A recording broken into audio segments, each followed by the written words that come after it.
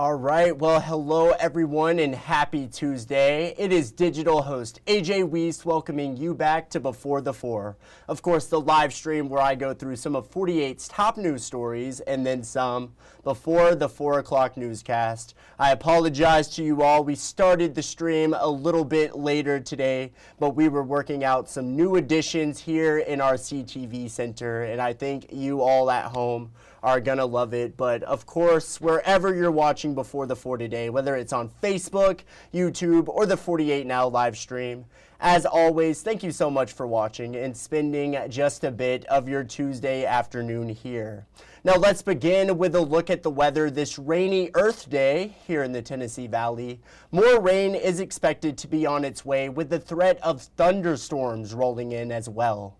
48 First Alert Chief Meteorologist Brad Travis has a look at what to expect for the rest of the week.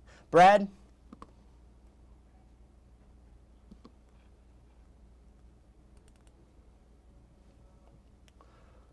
Well, I apologize for you all. It looks like we lost Brad, the connection there. So I am going to work to get him back. Let's see, Brad. More showers, more thunderstorms on the way tonight. It may not be as heavy and pronounced as what they have going on down to the south, but as we go into tomorrow afternoon, I think we get a break. We warm up close to 80, and then we see numerous showers and thunderstorms coming through. This is a snapshot around 2 o'clock tomorrow afternoon. As far as this evening goes, we'll have some fog out there again. Current temperatures upper 60s. It is rain cooled out there right now. We will actually warm up a little bit before sunset, around 76 here in the next couple of hours. And then overnight tonight, calm winds, fog, and a few more showers. I don't think it'll be as noisy as it was last night. But here's 8 o'clock this evening. We'll continue to see at least a chance for a shower or thunderstorm. But I think a majority of us will get a break, and then it all returns very quickly tomorrow afternoon. Here's the challenge. If we get that sunshine and warm up to 80 degrees, these storms are going to be quite strong tomorrow afternoon with very heavy rainfall and intense lightning and probably some smaller hail. So we will be watching that. And notice how this all just kind of converges during the early evening hours and continues to move northeast. So widespread showers and storms developing late in the day tomorrow after some morning fog. 77 Thursday, and then more showers and storms Friday. I think we do get a break in the overall coverage and intensity as we go into the weekend. Well, sounds good, and yep, sorry about that, you all. We lost Brad for a second, but we got him back. Also, make sure to stay tuned for Weather Extra tonight at 9:30 rather, before our 10 o'clock newscast to get the latest he is seeing on the radar. But now let's turn over to our top news stories, and let me click there. Today we're learning more about the body cam footage released by Decatur police last week on an arrest that stirred up some controversy in the community. Now earlier today we learned that the man in the video getting arrested, John Scott Jr., has sadly passed away. Following the arrest, Scott Jr. was taken to the hospital as he had a medical condition and had been in a coma since. Decatur Interim Police Chief Nadis Carlisle has formally requested state troopers and the FBI to investigate. 48's Faith Delp has details on that arrest. John Scott Jr.'s arrest went viral and police released body camera footage showing their side of the situation. Scott's arrest eventually led to him being taken to Huntsville Hospital for immediate care. This is the body camera footage released last week. This 30-minute long video shows how police handled the situation. Decatur Police Mental Health Liaison Kate Anderson says she was called about the initial situation but was never called to the scene. She says officers did exactly what she trained them to do before they took Scott into custody. Mental illness is not to be treated by law enforcement. And so I was very proud of the way that they talked to him calmly. They talked to him one at a time. They provided him with options, explained those options, and then when it's time for somebody to go into custody, they go into custody. Friends of Scott disagree. They took their concerns to the city council, claiming officers did not do their job and acted against Decatur police policy. The encroachment that was done on him while he was having a mental break was out of line, it was out of pocket, it's out of character for anyone in law enforcement to act in that way. Among the people raising concerns to City Council was Catrella Perkins. A Decatur police officer shot and killed her husband, Steve Perkins, in 2023. The same thing happened to my husband. He didn't deserve any of it. John didn't deserve any of it. And now in Huntsville, where a former city schools employee accused of having sex with a student pled guilty today. Now, Dwayne Yarbrough was accused of having sex with a student while he was a JROTC instructor at Lee and New Century High Schools. He worked for Huntsville City Schools from July of 2016 to October of 2022. Yarbrough stopped his trial this morning to plead guilty. His plea came as the victim in the case was about to resume testifying. Now, Yarbrough will be sentenced on May 5th. And now another story for you all. Last night, the family of missing Huntsville realtor Ronald Dumas Jr. held a vigil as they continue their search for him. Dumas had been missing since December, and 48's Nick Ballinger attended last night's vigil and has more. Over 4 months worth of emotions pour into one question from the father of missing Huntsville realtor Ronald Dumas Jr. We have to understand why someone would abduct him.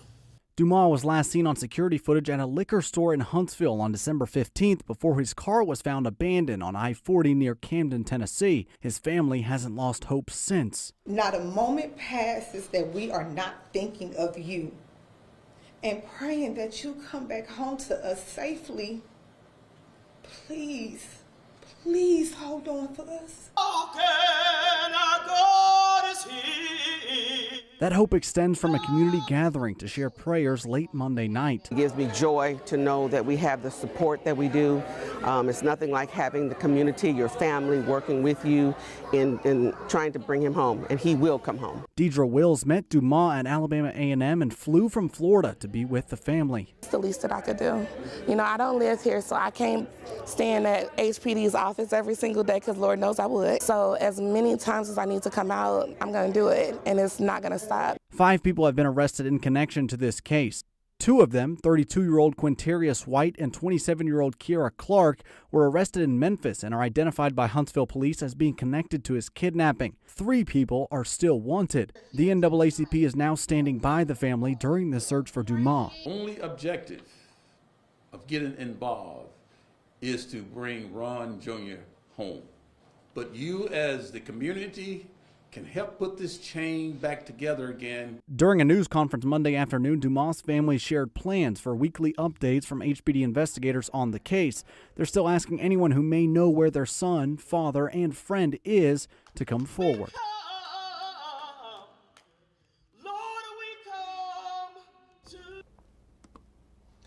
And also yesterday, Pope Francis passed away at age 88 following a bout with pneumonia. Now, the Vatican yesterday revealed the cause of the Pope's death to be a stroke. Yesterday, 48's Callie Nee spoke with local Catholics here in the Tennessee Valley for their reaction as well as what comes next. Catholics all over the world are mourning the death of Pope Francis. Right here at home, Father Joseph Labrano says they will be displaying a photo and a candle in remembrance of the Holy Father at Mass. U.S. flags have been lowered to half-staff today as Christians and non-Christians alike remember the Pope. Pope Francis was well known as the Pope of the people. Father Joseph said this is because Pope Francis was a people person and he got his energy from the people. Father Joseph said he was impressed by how the Holy Father would reach out to people even in his days where he was sick.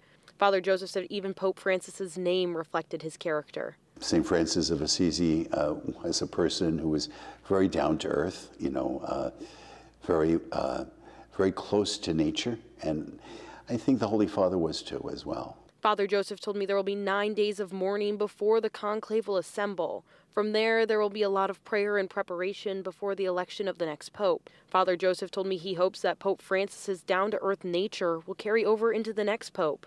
I think life is short, and I think instead of kind of pulling us apart, we should be pulling together. And that's what my hope is, that the next Holy Father would continue that kind of, what do I want to say, maybe building bridges instead of building walls. I think that's my hope. Reporting in Huntsville, Callie Neese, 48 News, on your side. And now heading out to Scottsboro, where residents are concerned over an unsafe playground in one of their public parks. They are petitioning for upgrades to the park. 48 Savannah Sapp reports. Neighbors tell me that the playground equipment here at Carver Park is dangerous and desperately needs an update. Mayor Jim McCamey tells me he is open to making change, but he wants support as well to ensure this park stays nice and clean. All it needs is to be updated, you know. Blaze Johnson has lived in North Scottsboro for his entire life. He says he has seen Carver Park deteriorate to the point where a lot of the equipment is unsafe for kids. He has started a petition asking the city to fix it up. Like if a kid has a cut on his hand or anything and playing with this rusty equipment, it'll be really bad for the city. And you know what I mean? I wouldn't want a kid to get hurt on that. Johnson's petition has garnered more than 250 signatures. Being a kid coming here and playing and knowing now that like I'm doing things to help the environment, help the neighborhood, it's really, really big for me. It's really shocking too because I didn't think people would care as much, you know. Mayor Jim McCamey says he wants the park to be fixed up too, but he also wants investment from neighbors to help the city take care of it. He says the park has been vandalized a lot, and he plans to meet with the Parks Department to discuss putting in cameras and gates as extra security and to talk about improving the playground equipment. We're going to have community commitment to help us take care of it. So as we talk through that, we'll figure out the best options to make sure that what we invest up there isn't damaged. And Mayor McCamey tells me that the city is currently working on hiring a new director for the Parks and Recreation Department. Reporting in Scottsboro, I'm Savannah Sapp, 48 News, on your side.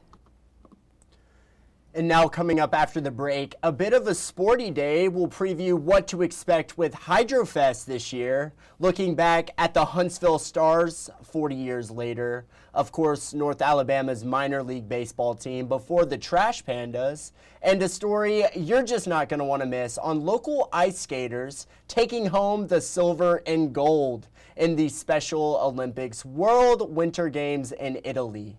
It's all ahead. We'll go through it all in 1 minute.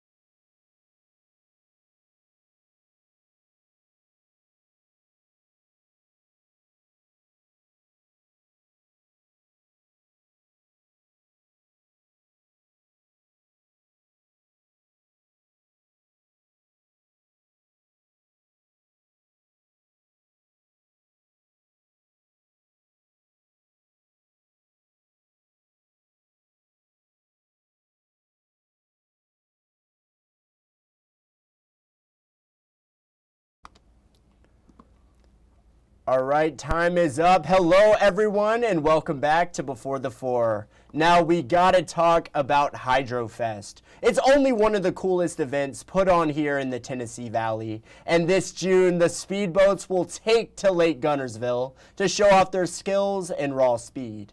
And event organizers are planning to make this year's HydroFest more popular than ever before. 48 Sarah Grace Kennedy spoke with Marshall County Sports and Tourism President Katie Norton, who says there'll be 2 new classes of boats for fans to enjoy this year.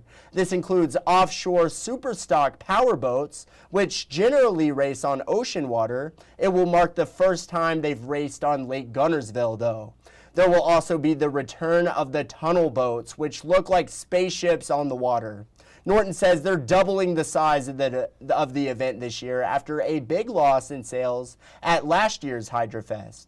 Take a listen. This is kind of a new thing to have hydroplanes and offshore at the same race. Both those classes of boats are some of the largest and fastest in the world, and so to have them racing at the same site, I think we're going to be one of the only ones to ever do that. I think that, partnering with APBA and working to try and make our race a super race where we can showcase all the different boats, all the different styles of racing that are out there. It just makes a better experience for the fans. Well, good deal. Certainly excited to check it all out. But now it's been 40 years since the Huntsville Stars were first brought to the Rocket City. And although the Stars are no longer with us and we now have the Trash Pandas to root for, the memories of heading out to Joe Davis Stadium to catch a Stars game will never fade away. 48's Carl Prather gives us a look at the Huntsville Stars 40 years later. The Rocket City Trash Pandas are a staple in North Alabama and the Tennessee Valley. You drive by here all the time and you see stuff that's going on. There is just an excitement that comes with it. 40 years ago, another staple in North Alabama made their debut inside Joe Davis Stadium. The Huntsville Stars. Huntsville's team became a reality after the owner of the Nashville Sounds franchise wanted a home for his AA affiliate. Huntsville native and Major League Baseball player Don Mincher was approached by Sounds owner Larry Schmitto. Sure, I can remember a lot of it. I don't remember all the little day-to-day details. Don Mincher's son, Mark, could recall those meetings and the journey to make the Huntsville Stars a reality. When you go back and you look at just the way things happened, that they didn't start building Joe Davis until the fall. And they had to have it ready in April. And so literally, I can remember Dad talking about they were still painting on opening day. They were still trying to do all the little things you had to do to get it ready. The Stars franchise reached the goal of opening day, and on April 19th, 1985, the Huntsville Stars opened their AA Southern League baseball season against the Birmingham Barons. The Stars won 10-0 courtesy of a grand slam by future Major League Baseball player Jose Canseco. We figured it'd be a big crowd, but we didn't know, what extent. And the cars out in the parking lot, they were backed all the way up on the parkway, and parking then was just $2, and it was not done over phone. I don't even know if we had phones then, but it was cash money. And so we had $2 bills stuck in every pocket we had, trying to make change. It was just a zoo. The Stars will play as a minor league affiliate of the Oakland Athletics from 1985 to 1988 and joined the Milwaukee Brewers organization from 1999 to 2014. Mincher was named Executive of the Year twice before becoming Southern League President in 2001. Mincher died in 2012, but his legacy lives on with Don Mincher Drive at Wuest Family Field at Joe Davis Stadium, the current home to Major League Soccer's Huntsville City FC. For Mark Mincher, 1985 or 2025, baseball still holds a special place in the Mincher family's heart. Electricity that was in the air, just the excitement, and you couple that with a really good team, and it was special.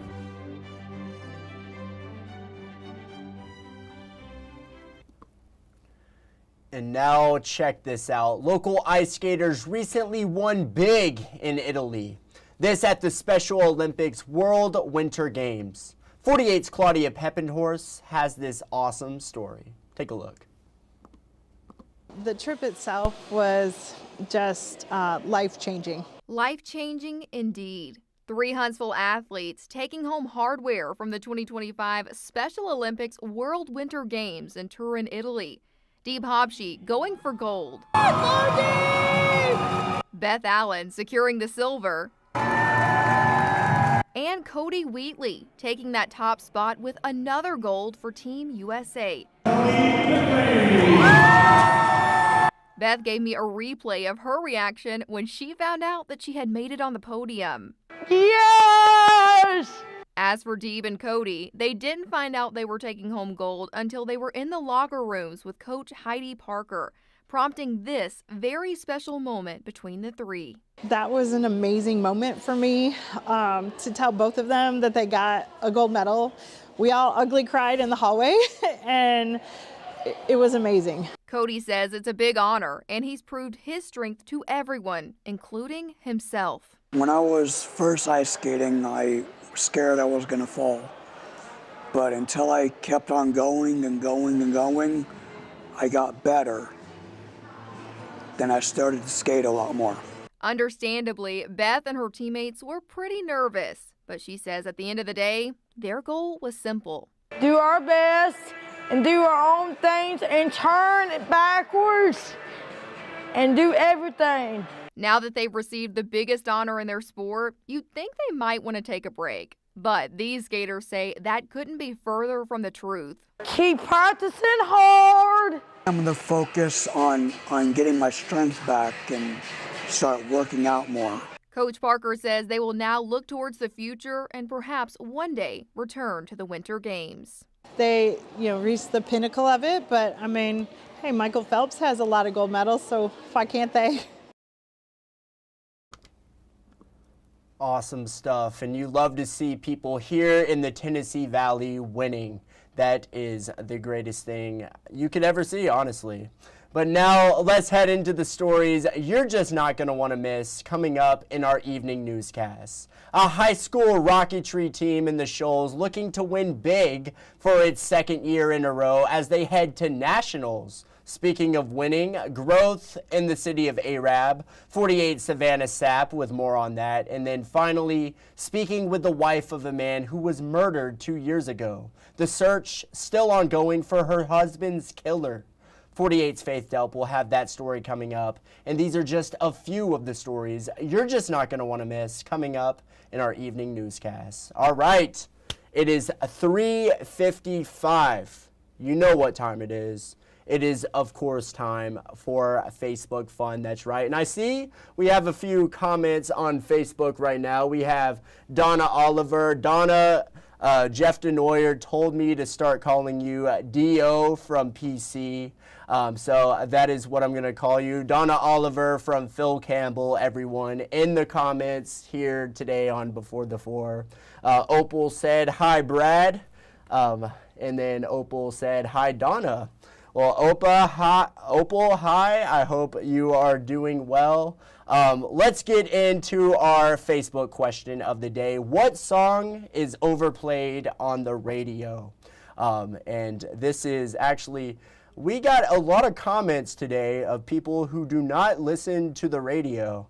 And I was like, what? You're not listening to the radio? But that's understandable with Spotify and Apple Music and just you can instantly choose which song you're listening to, but I don't know. I would definitely advise listening to the radio every now and then. But let's see, what is a song that's overplayed on the radio? Let's see. Fredro said, They Not Like Us. Of course, that is Kendrick Lamar's Not Like Us. I could see that, especially after this past summer. But this comment here from Kelly, Sweet Home Alabama, I disagree. That is a song that can never be overplayed, especially here in the Yellowhammer. You've got to play it all the time. John said, don't get me wrong, Pink Floyd is talented. I think he was getting at the song Comfortably Numb, which is one of my favorite songs. I really like that song, but I could see that being overplayed on classic rock radio stations. Madison Gray said, Kane Brown, Backseat Driver, drives me crazy. And I believe I've heard that song a time or two. I listen to some country radio every now and then. And let's see, I feel like we missed one. And it was this one right here. Jonathan Key says, Nirvana, Smells Like Teen Spirit. That is definitely I would agree with you on that one. That one is a bit overplayed. But y'all, that is just about all the time I have for today's Facebook Fun. Thank you all for sticking around and spending a bit of your Tuesday afternoon here. I hope you all have a great night. And of course, as always, thank you so much for watching.